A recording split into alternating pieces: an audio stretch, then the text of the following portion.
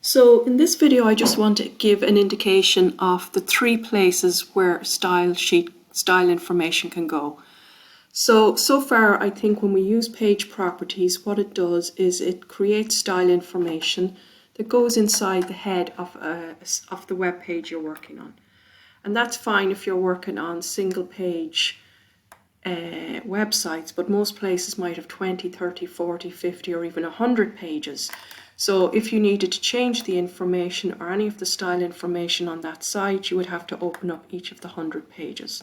So it's fine for us as amateurs, but if you wanted to create an external style sheet, what you can do is take the information out of the head section. Just go Control and X. And I'm just going to delete these two tags here. I don't need these anymore. And you can just paste the information here into a notepad page, and you would just save that as a .css file. So I'm just going to call it class.css. You have to type .css. Just make sure you go to all files so it doesn't come up as .css.text. And just make sure you're storing it in the same places where your files are. So my files are here in a web folder. Okay, so class.css. So when you press save and you close it off, you can see now when you go back to your design page, all the style and color information is gone.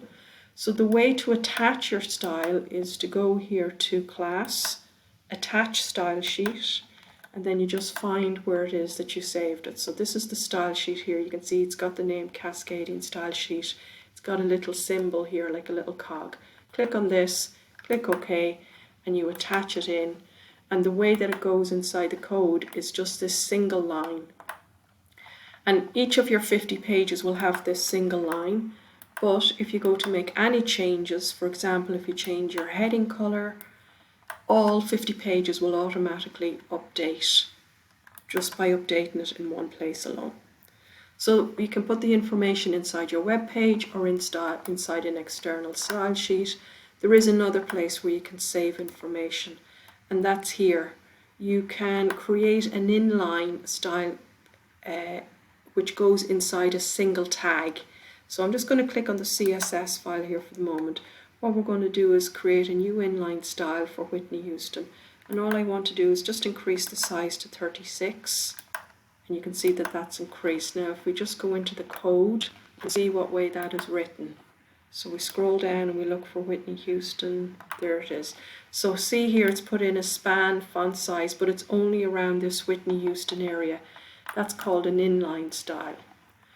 So the whole point of it being called cascading is all the style information can be put inside a class, but you can actually override it by putting in information inside a single page. So I could override the external style sheet if I put in a style feature that only went into this page. So let me see if I can create a new selector here. Let's say we wanted Celine Dion to be a heading 3. And if I go here and create a new style,